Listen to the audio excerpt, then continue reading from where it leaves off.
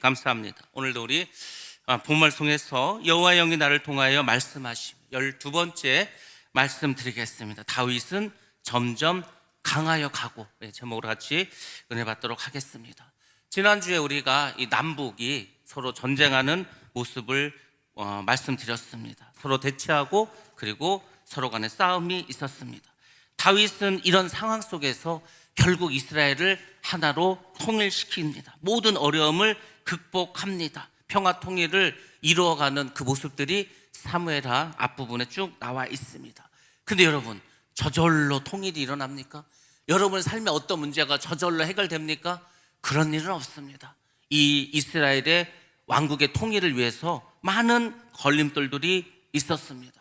교회가 부흥하는 데 있어서도 마찬가지입니다. 어떤 한 사람의 노력에 의해서 교회가 부흥하는 것이 아닙니다. 많은 사람들이 힘을 모으고 힘들고 어렵지만 여러분 최선을 다할 때 교회가 부흥하는 것입니다. 한국 기독교가 지금까지 오늘까지 이르기 있어서 얼마나 많은 사람들이 피를 흘리고 땀을 흘리고 눈물을 흘리고 자기 재산을 교회에 바치고 그 많은 핍박 속에서도 교회를 지금까지 일궈오지 않았습니까?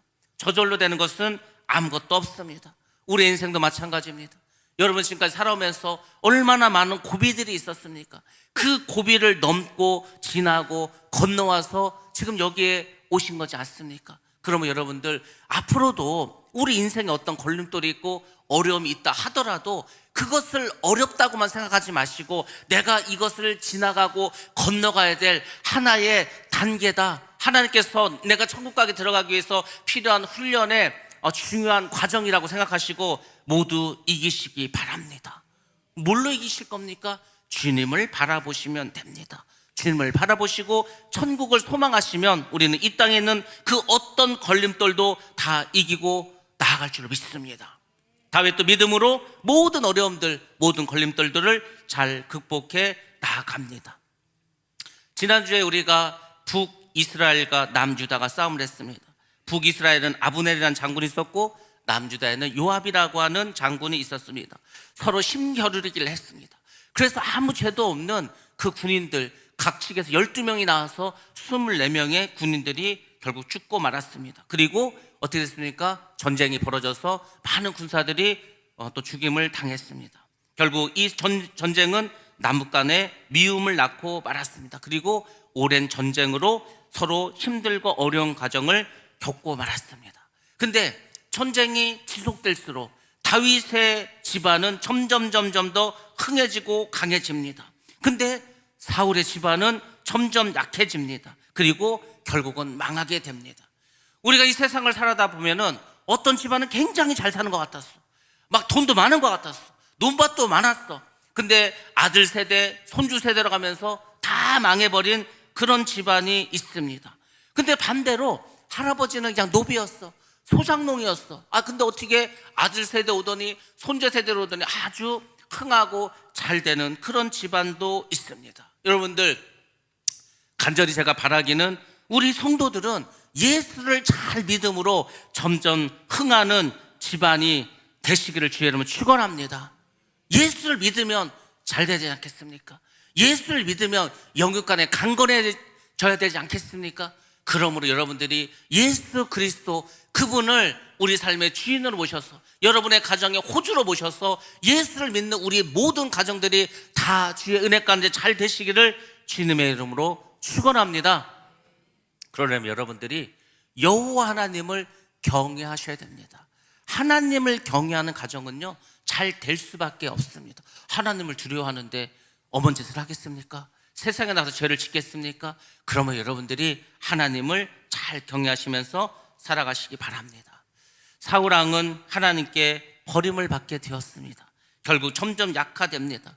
그는 불순종했습니다. 다윗에게 시기심이 있었어. 그래서 어찌하든지 다윗을 죽이려고 했습니다. 그랬더니 어떻게 됩니까? 악령이 그에게 역사하고 말았습니다. 내가 누구를 자꾸 미워해, 내가 누구를 자꾸 시기해, 악령이 임합니다. 악한 마귀가 그 생각을 더 깊이 해서 더 강력하게 만듭니다. 여러분이 선한 생각을 하고 믿음의 생각을 하고 하나님을 사랑하면은 성령이 역사하십니다. 예수를 믿으면 성령이 역사해야 되지 않겠습니까?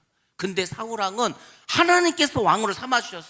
이미 그는 왕이 되었어. 얼마든지 하나님 기뻐하고 하나님 원하시는 일을 감당할 수 있음에도 불구하고 다윗을 시기함으로 그의 삶은 멸망의 삶이 되고 말았다는 겁니다. 자기 집안도 결국은 망하고 말았습니다. 그는 결국 블레셋과의 전투에서 죽임을 당합니다. 목이 잘리는 그런 불행을 당하게 됩니다. 자, 그리고 이제 그의 아들, 사울의 아들인 이스보셋이 2년 동안 북이스라엘의 왕이 됩니다. 네, 여러분, 왕이 되긴 됐는데 왕이 되는 게 중요하지 않습니다. 이스보셋은 하나님의 뜻에 따라서 왕이 된 게 아니라는 겁니다. 지난주에 말씀드린 것처럼 이스보셋의 그 밑에는 아브넬이라고 하는 사람이 있었어. 아브넬도 어차피 사울왕의 조카고 친척이었습니다. 근데 이 아브넬이 어떻게 했습니까? 야망으로 가득 찼어. 그래서 사울왕의 아들인 이스보셋을 꼭두각시 왕으로 삼고 자기가 모든 권력을 탐하게 되었습니다. 그래서 왕으로 삼았습니다. 여러분들, 우리가 인간적으로 모여서 야, 우리끼리 뭐 교회 하나 세우자, 우리끼리 나라를 세우자, 우리끼리 뭔가를 하자, 할 수 있습니다. 뭐 사람도 그 정도의 힘은 있습니다. 근데 여러분, 그것이 하나님 뜻이 아니라면은 하나님이 그곳에 함께하지 않습니다. 하나님의 뜻대로 세워지지 않은 교회에 왜 하나님이 굳이 계셔야 됩니까? 다 인간들이 자기들 생각대로 자기들 멋대로 교회를 세웠는데 하나님이 그곳에 왜 가셔야 됩니까? 교회는 사람의 힘으로 세우는 게 아니고 사람의 생각으로 세우는 것도 아닙니다. 돈이 많다고 세워지는 것도 아닙니다. 하나님이 그곳에 교회가 필요해서 그곳에 주의 종을 사용하시려고 그때 교회를 세우는 거지 자기들 마음대로 세우는 것이 아니라는 겁니다. 하나님은 그런 사람들을 떠납니다. 결국 그곳은 약해지고 망할 수밖에 없습니다. 자, 근데 다윗은 어땠습니까? 다윗은 하나님께 기름 부음을 받았습니다. 하나님은 그의 삶의 중심에 항상 하나님이 계셨습니다. 여러분의 삶의 중심에 하나님이 계셔야 됩니다. 여러분의 생활 속에서 교회가 중심에 있어야 합니다. 교회를 중심으로 가정생활도 하고, 교회를 중심으로 직장생활도 하고, 교회를 중심으로 사업도 하고, 교회를 중심으로 학교생활도 하고, 항상 여러분의 중심에는 하나님이 있고 교회가 있어야 할 줄로 믿습니다. 그렇지 않으면 다 다른 길로 가는 거예요. 예수를 믿는데 말하는 거나 생각하는 것이 여전히 세상 사람들과 같다. 그 사람은요, 하나님의 자녀도 하나님을 믿는 사람도 아닙니다. 사울처럼 되고, 사울처럼 다 내 맘대로 하고 다 내 뜻대로 했다. 결국은 망하는 겁니다. 다윗은 하나님을 중심으로 하고 하나님과 동행한 사람이었습니다. 그러니까 하나님도 늘 다윗과 함께 하셨습니다. 그 다윗이 어떻게 했습니까? 골리앗을 물리셨습니다. 누가 보더라도 어린 소년이 거의 골리앗을 이긴다는 것은 상상도 할 수 없는 일입니다. 큰 산이지 않습니까? 근데 물맷돌로 어떻게 했습니까? 골리앗을 물리셨습니다. 여러분이 다윗과 같은 어린 소년이다 하더라도, 여러분 앞에 골리앗과 같은 큰 문제가 있다 하더라도 하나님이 함께 하시면 그 물맷돌로 그 산을 무너뜨리게 될 줄로 믿습니다. 오늘날 우리에게 필요한 것이 다른 게 아닙니다. 바로 이런 믿음이라는 거예요. 산은요, 1000m가 되든 2000m가 되든 그 상관이 없습니다. 우리에겐 높아 보일 뿐이지 하나님에게는 하나도 높지 않아요. 저 우주에서 이 땅을 한번 보시기 바랍니다. 뭐 높겠습니까? 개미 앞에 1m의 높은 벽이 있어. 개미에게는 높아 보이겠죠. 근데 우리가 10층 높이에서 그걸 본다고 생각해 보시기 바랍니다. 아무것도 아닙니다. 하나님은 그와 같은 분입니다. 하나님은 우리와 다른 분입니다. 하나님의 입장을 생각해야지 자꾸 인간의 입장에서 세상을 보니까 어렵고 힘들게 느껴지는 겁니다. 그러므로 여러분들 주님의 마음을 품으시기 바랍니다. 하나님의 마음을 가지시기 바랍니다. 그 마음이 바로 믿음이고 그런 사람은 하나님이 함께해 주실 줄로 믿습니다. 예, 그래서 골리앗을 이겼습니다. 그리고 이제 나중에 어떻게 됐습니까? 사울왕에게 미움을 샀습니다. 그래서 도망을 다니게 됩니다. 쫓김을 당하게 됩니다. 다른 외국에 나가서 유리방황하게 됩니다. 미친 척도 하게 되었습니다. 많은 어려움이 있었습니다. 우리가 작년에 사무엘상을 배우면서 계속해서 다윗이 어려움 당하는 거 계속 배우지 않았습니까? 근데 그런 다윗이 어떻게 됐습니까? 사울왕이 죽은 후에 결국은 어떻게 됐죠? 남유다의 왕이 되고 7년 6개월 후에는 온 이스라엘의 왕이 됩니다. 그렇게 다윗의 왕가는 계속해서 이어져 오고 하나님께서 함께 하셨습니다. 물론 그들의 자녀들이 하나님께 어떻게 했습니까? 죄를 졌습니다. 우상 숭배를 했습니다. 결국 그들의 죄악으로 인해서 다윗 왕가는 나중에 바벨론에게 멸망을 당합니다. 나라가 없어졌냐? 그렇지도 않습니다. 하나님께서는 다시 다윗의 그 후손에서 메시아가 오게 합니다. 메시아가 오게 하심으로 결국 그 메시아가 그분의 나라를 계속해서 확장해 나가고 계십니다. 여러분들, 우리가 천국이라고 하지 않았습니까? 천국은 되게 막연한 이야기고 킹덤 오브 갓, 하나님의 왕국이 있습니다. 이 하나님의 왕국은 이 땅에도 있고 저 하늘나라에도 있습니다. 이 땅에 하나님의 나라가 뭔지 아십니까? 예수님이 이 땅에 오셨습니다. 왕으로 오셨습니다. 메시아로 오셨습니다. 그분이 이 땅에 오심으로 사탄 마귀가 다 잡고 있었던 이 세상에 하나님의 나라가 확장되기 시작합니다. 예루살렘과 온 유대와 사마리아와 그리고 어떻게 됐습니까? 소아시아를 건너서 로마를 건너서 그것이 결국 유럽으로 다 퍼지고 미국으로 갔다가 한국으로 오고 중국으로 가고 전 세계로 퍼지고 있습니다. 하나님의 나라 메시아 왕국은요 계속해서 늘어나고 있습니다. 그 나라가 결국은 땅끝까지 다 전파돼. 그러면 이제 진정한 왕이신 예수님께서 이 땅에 오셔서 그 메시아 왕국을 완성하고 결국 모든 악한 사탄 마귀의 세력들을 전부 불지옥에 보내시고 그분의 나라를 세우는 겁니다. 그걸 우리가 믿는 겁니다. 예수를 믿는 사람들은 다른 걸 믿는 게 아니라니까요. 결국 메시아이신 예수 그리스도 그분이 다시 이 땅에 재림하셔서 그분의 나라를 완성하시고 메시아 왕국을 세우신다니까요. 그래서 그 다윗의 왕가가 계속해서 확장돼 나가는 것을 하나님께서 보여주고 계시는 겁니다. 왜? 다윗에게도 그 약속을 하셨고 아브라함에게도 그 약속을 하셨기 때문에. 구약에서 약속하신 하나님이 신약시대가 되었다고, 마지막 세대가 되었다고 그 약속을 어기십니까? 아니요. 하나님은요 지금도 아브라함과 다윗과 맺은 그 언약을 지키시기 위해서 지금도 많은 그분의 종들을 땅끝까지 보내고 있습니다. 공산주의로 보내고 이슬람 세계로 보내고 저 오지로 막 보내고 있습니다. 왜? 그분의 나라를 계속 확장해 나가기 위해서. 우리가 그 다니엘서를 배우면서 결국 하나님이 하시고자 한 말씀은 뭐라고 했습니까? 나라에 대한 얘기를 하는 거예요. 나라. 인간이 세운 나라는 다 망한다. 바벨론도 메세 바다도 헬라 제국도 로마 제국도 마지막에 적그리스도 세력도 인간의 모든 나라는 다 멸망당하고 결국 메시아가 이 땅에 오셔서 새로운 나라를 만드신다.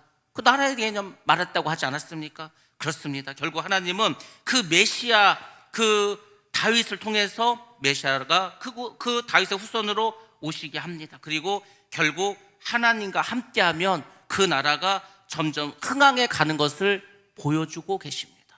여러분 한 사람 예수 믿었어. 여러분으로 인해서 여러분의 가족이 예수를 믿어. 여러분의 가족을 통해서 믿지 않는 가족들이, 믿지 않는 친척들이 또 예수를 믿어. 그것이 여러분 주변에서 여러분들의 나라가 흥황해 나가는 겁니다. 하나님 나라가 확장돼 나가는 겁니다. 그 일을 감당한 사람이 가장 축복된 사람인 줄로 믿습니다. 하나님의 소원은 다른 게 아니라니까요. 한 영혼이라도 구원받는 겁니다. 한 영혼이라도 구원받기 위해서 예수 그리스도를 보내주시고, 그리고 우리가 맡은 사명은 무엇입니까? 그 복음을 전해서 한 영혼이라도 예수를 믿고 구원받는 거예요. 하나님이 가장 원하시고 기뻐하시는 일을 하는 게 바로 그겁니다. 근데 하나님은 그 사람을 흥왕케 해주시지 않겠습니까? 그래서 여러분들, 우리가 받은 사명은 다른 게 아니에요. 예수를 잘 믿고 이 복음을 전해서 하나님을 기쁘시게 하는 사람, 그 사람이 가장 축복된 삶을 살아가게 될 줄로 믿습니다. 여러분들, 하나님께서 성경을 통해서 우리에게 보여준 건 다 그거라니까요. 여러분들, 결국 이스라엘이 망했지만 메시아가 오시게 돼서 그 나라가 흥황했다. 이것이 결국 앞으로 일어나게 될 일이고 지금도 진행되고 있는 일이라는 겁니다. 자, 2절에서 5절 말씀에는 이 다윗의 자녀에 대한 이야기를 해주고 있습니다. 헤브론에서 낳은 자녀들 이름이 쭉 열거되어 있는데 한번 말씀 보도록 하겠습니다. 2절부터 5절 말씀 시작. 다윗이 헤브론에서 아들들을 낳았으되 맏아들은 암논이라.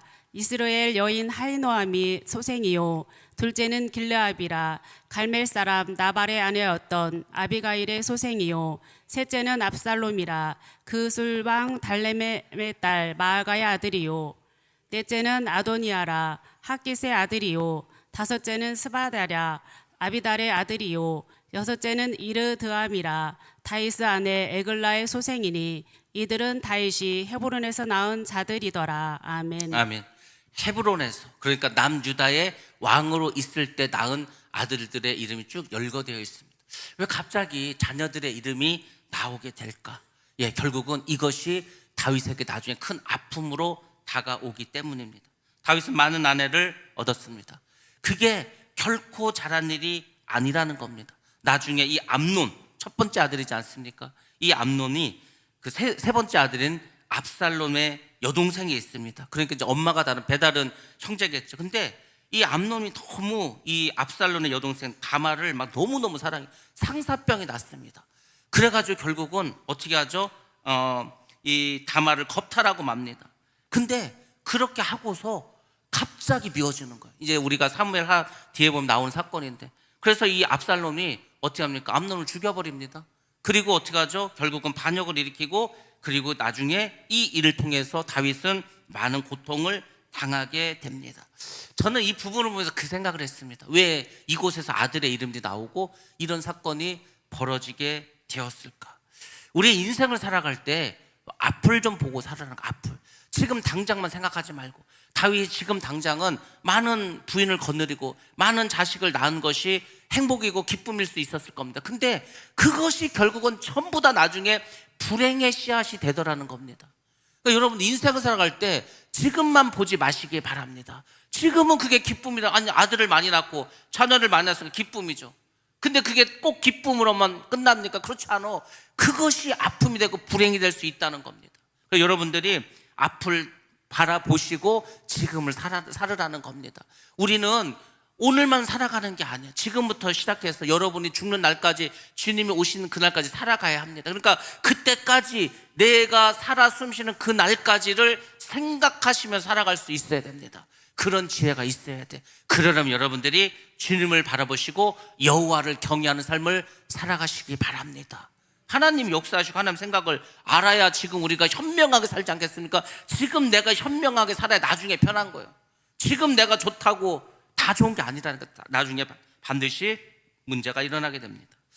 자, 한편 사울의 집안에서는 어떤 일이 벌어지고 있는가? 북왕국 이스라엘 아브넬이 점점 더 실권을 갖게 됩니다. 전쟁이 나면 군인들이 힘이 더 강해질 수밖에 없습니다. 그러다가 결국은 사건이 벌어지게 됩니다. 사울왕의 후궁 중에 리스바라고 하는 그 후궁이 있었습니다. 아야의 딸인 리스바가 있었습니다. 근데 아브넬이 이 리스바를 취하게 됩니다. 왕의 부인은, 왕의 후궁을 취했다는 것은요, 반역죄죠. 그렇지 않습니까? 근데 신하였던 아브넬이, 물론 사울왕은 죽었습니다. 근데 사울왕의 후궁을 자기가 취했어. 이것은 엄청난 역적 행위이겠죠. 이스보셋의 왕권에 대해서 도전한 사건이었습니다. 이스보셋은 참을 수가 없었어. 어쨌거나 자기 어머니인데 자기 어머니를 부하인, 어떻게 보면 신하인 아브넬이 취하지 않았습니까? 그래서 그것에 대해서 아브넬에게 화를 내고 꾸짖게 되었습니다. 그리고 북왕국 이스라엘의 내분이 벌어지게 되었습니다. 왕과 군 사령관, 왕을 제외한 최고 권력자와 어떻게 했습니까? 내분이 벌어지고 말았습니다. 하나님께서는 이런 것을 사용해서라도 하나님 뜻을 이루어 가시는 것을 우리가 알 수가 있습니다. 결국 그 결과가 어떻게 됐습니까? 다윗에게 모든 왕권을 넘기게 됩니다. 하나님께서 하나님의 일을 하실 때에는 두 가지 방법을 사용하십니다. 하나는 뭐냐면, 하나님께서 그분의 종을 부르셔갖고, 야, 너 저 백성들한테 가서 이렇게 전해라. 왕에게 가서 이렇게 전해라. 너 이렇게 해라. 그래서 하나님의 종을 불러서 사용하십니다. 또 하나는 뭔지 아십니까? 하나님의 대적자야. 적이야, 적.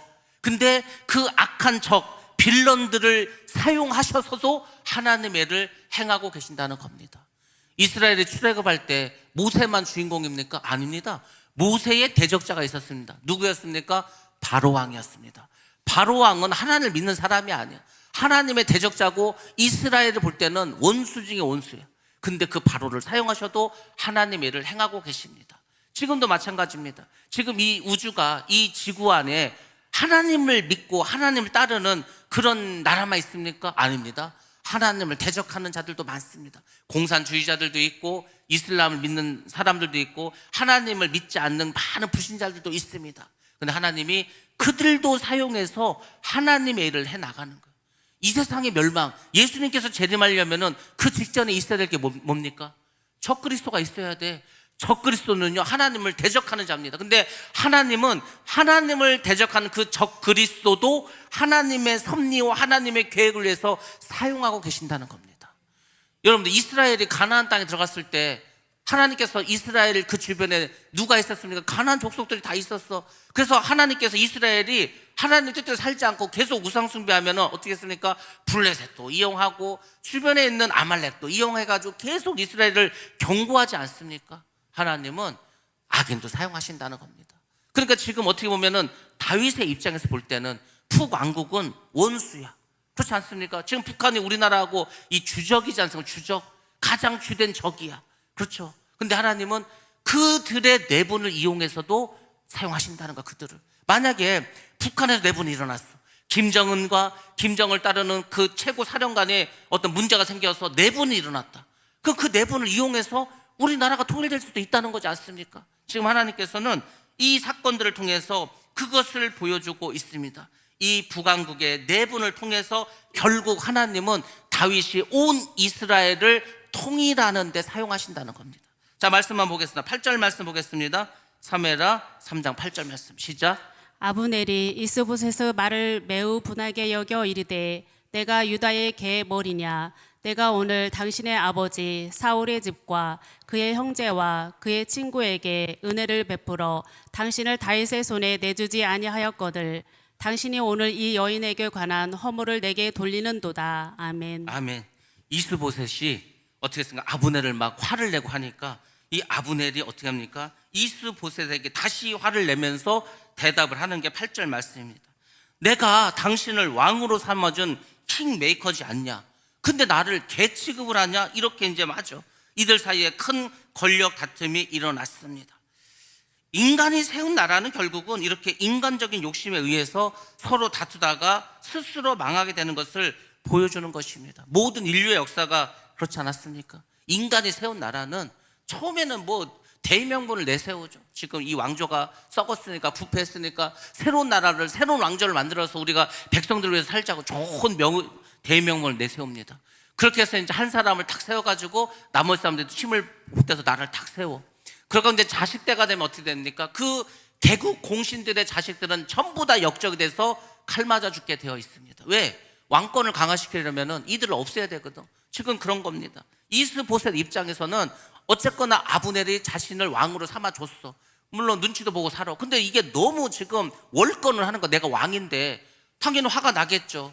꾸질었어. 그럼 아브넬 입장에서는 이놈 봐라, 내가 자기를 왕으로 삼아줬는데 나한테 화를 내네. 당연히 그들 사이에 틈이 생길 수밖에 없겠죠. 근데 인간이 세운 나라는 전부 다 그렇다는 겁니다.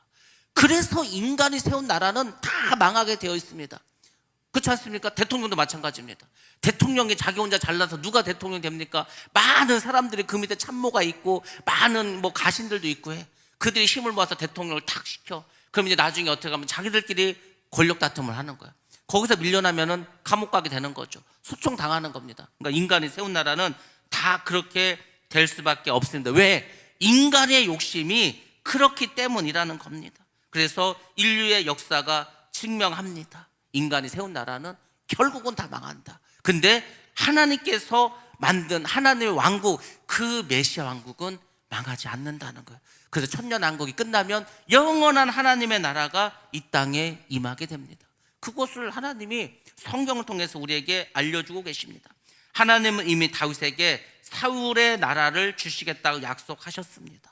자, 이런 상황 속에서 이제 아브넬은 이스보셋에게 최후 통첩을 날립니다. 뭐라고 합니까? 내가 다윗의 편을 들어서 하나님의 뜻대로 나라를 다윗에게 돌리겠다고 그렇게 이야기를 합니다.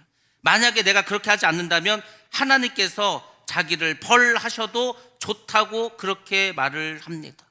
그러니까 아브넬도 알고 있어. 알고 있으면서도 자기 욕심 때문에 사울왕의 아들을 왕으로 삼은 거지 않습니까? 이미 이스라엘 사람들은 하나님께서 이 이스라엘을 다윗에게 넘길 거라는 걸 알아.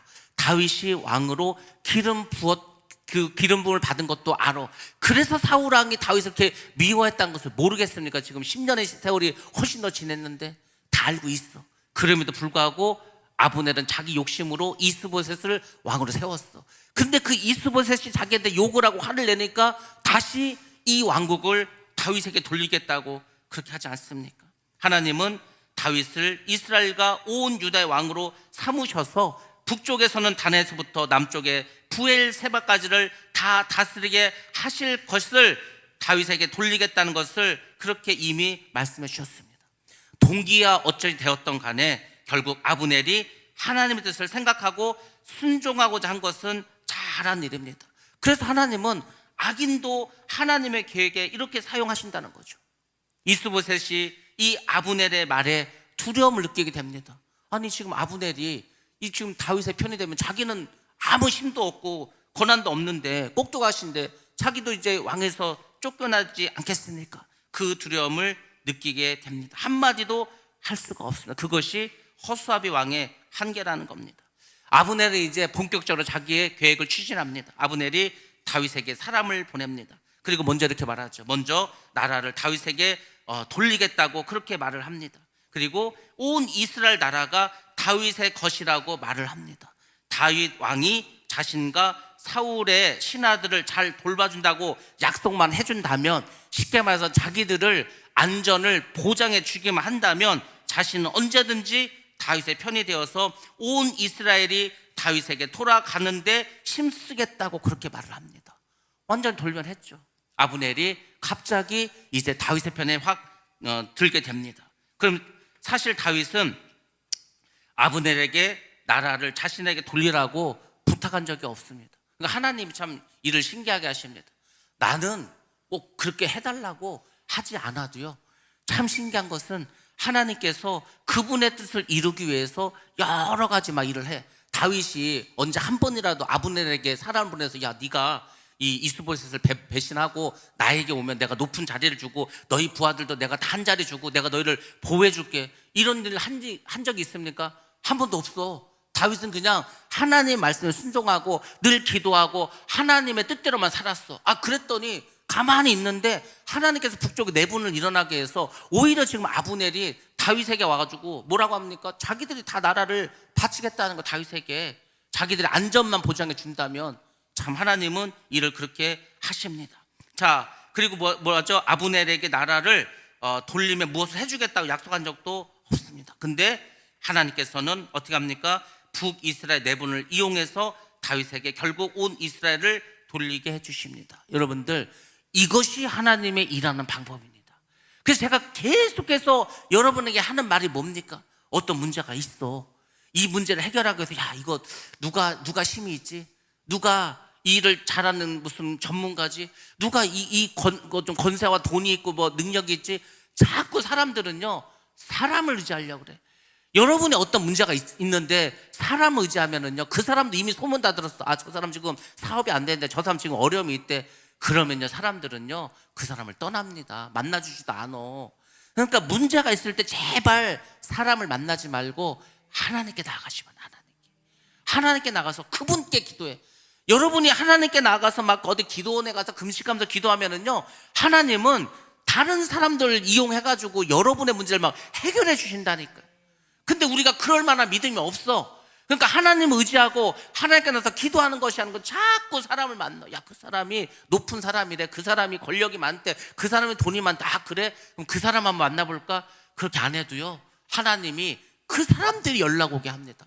나는 가만히 앉아서 기도하는데 그 만나주지도 않을 그 사람이 오히려 나한테 연락해가지고 오히려 나한테 부탁을 한다. 그렇게 만들어 주십니다. 하나님은 그렇게 멋있는 분입니다. 그런 하나님을 좀 만나. 제발 막 가가지고 하나님 제발 이렇게 해주세요. 아니면은 뭐 사람들 만나 제발 나를 도와주세요. 이게 아니야. 하나님은요 자기의 자녀들이 그렇게 살아가길 원하지 않습니다. 다윗이 믿음이 없어서 아브넬에게 사람을 보내서 제발 나를 도와달라고, 너희가 나를 도와주면 내가 너를 높은 자리에 앉게 해주겠다고 뭐 그렇게 안 해도 하나님이 스스로 그들이 다윗에게 와서 무릎 꿇게 해주신다니까요. 하나님은 원수의 앞에서 우리에게 상을 베풀어 주시는 분입니다.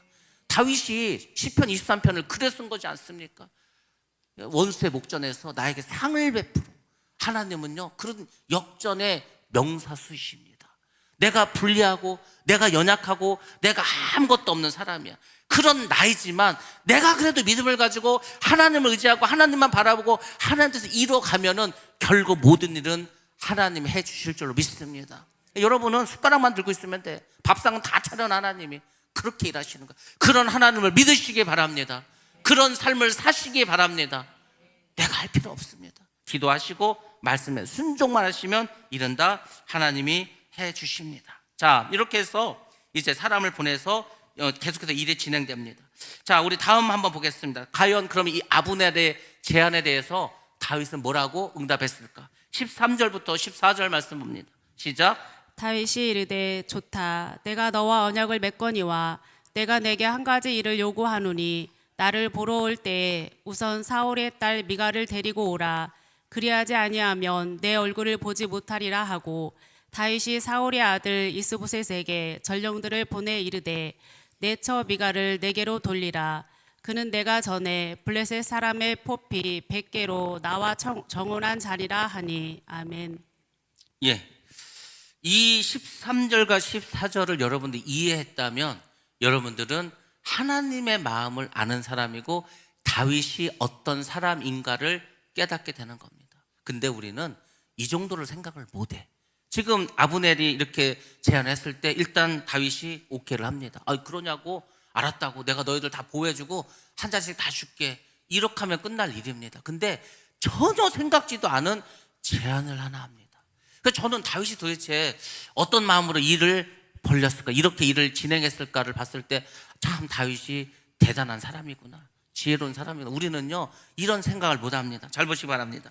아브넬과 사울의 신하를 보호해주겠다 약속을 일단 합니다. 물론 관직을 약속했을지도 모릅니다. 근데 다윗이 전혀 생각지도 않은 한 가지를 요구하게 됩니다. 그것은 뭡니까? 너희가 나를 만나러 올 때 사울의 딸 미갈을 데려오라는 겁니다. 미갈이 누굽니까? 다윗의 첫 번째 부인입니다. 미갈을 데려오라는 것. 그렇지 않으면 너희들이 내 얼굴을 볼 생각도 하지 말라는 겁니다. 그러니까 다윗의 조건 딱 하나야. 미갈 데리고 오라는 겁니다. 내가 너희도 원하는 대로 해줄게. 아무도 그 생각을 못해. 미갈은 이미 다른 남자의 그 부인이 되었습니다.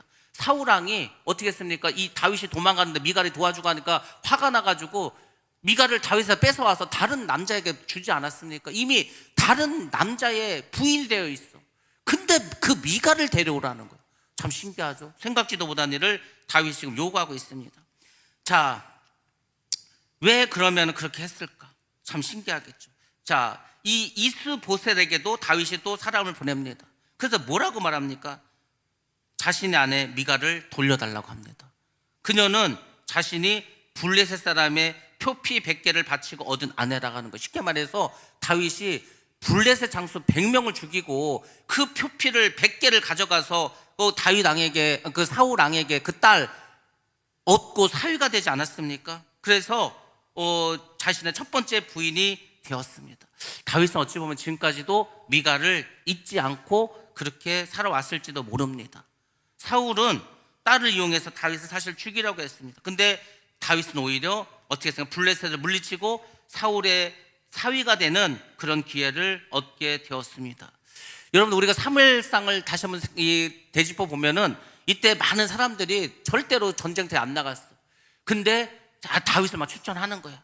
사울왕의 입장에서는 다윗을 죽이려는 생각이에요. 저놈이 아무리 싸움을 잘해도 블레셋 100명 어떻게 죽여오겠냐. 근데 다윗이 다 죽이고 왔습니다. 약속하지 않아서 딸을 주겠다고 결국은 주게 되었죠. 여러분, 이런 사건을 통해서 깨달을 게 있습니다. 하나님은 역전의 명수이면서 전화위복을 잘 해주십니다. 지금 악한 자는 하나님의 사람을 죽이려고 하고 공격하고 여러 가지 함정과 올가미를 아무리 씌워놨다 하더라도요, 하나님은 그것을 기회로 삼아서 하나님의 사람을 잘 되게 해주십니다. 그럼 여기서 여러분에게 필요한 게 뭡니까? 여러분에게는 인내가 필요하다는 겁니다. 저도요, 여기까지 오는 데 있어서 많은 올가미를 만났습니다. 많은 함정을 만났어. 근데 신기하게도요, 틀림없이 이게 함정이고 올가미야. 저도 알아. 올가미를 낳았구나. 함정을 여기다 파놨구나. 근데요, 그때마다 하나님께서 그것을 전화회복시켜서 오히려 저가 더 잘 되는 그런 일을요 수도 없이 많이 만들어 주셨습니다. 하나님께서. 저는 알아. 그게 야, 이거 하나님 하셨구나.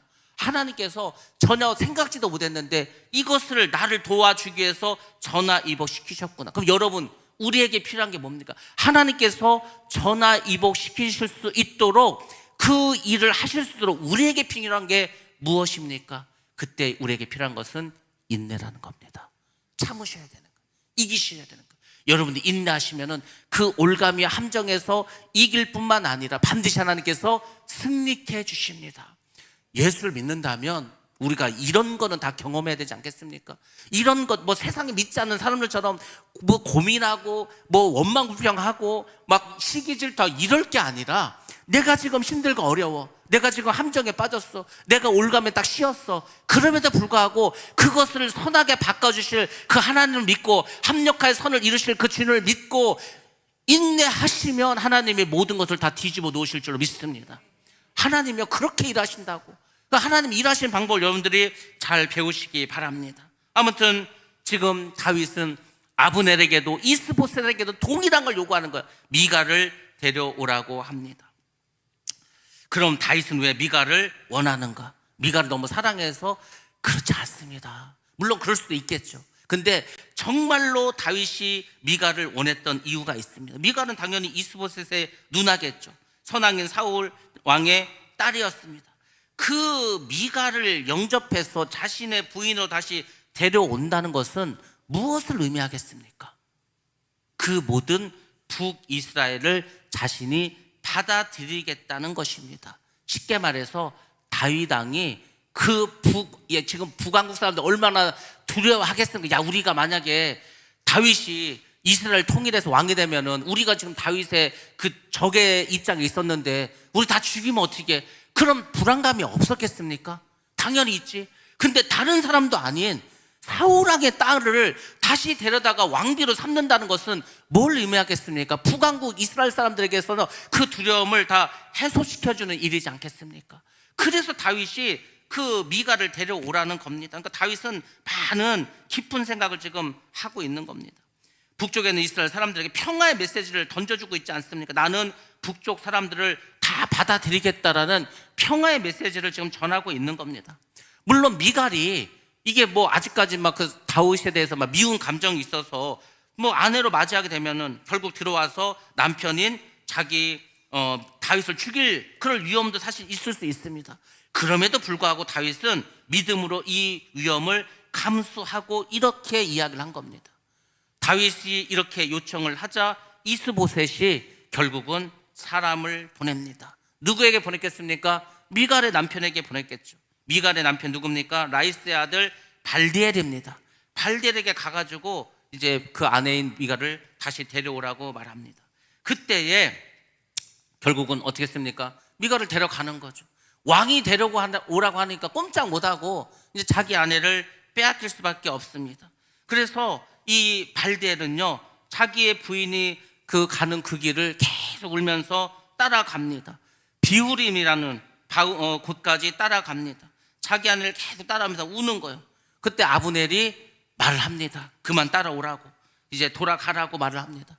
결국 그는 눈물을 머금고 아내를 이제 다시 왕에게 돌려보내고 자기 집으로 돌아갑니다.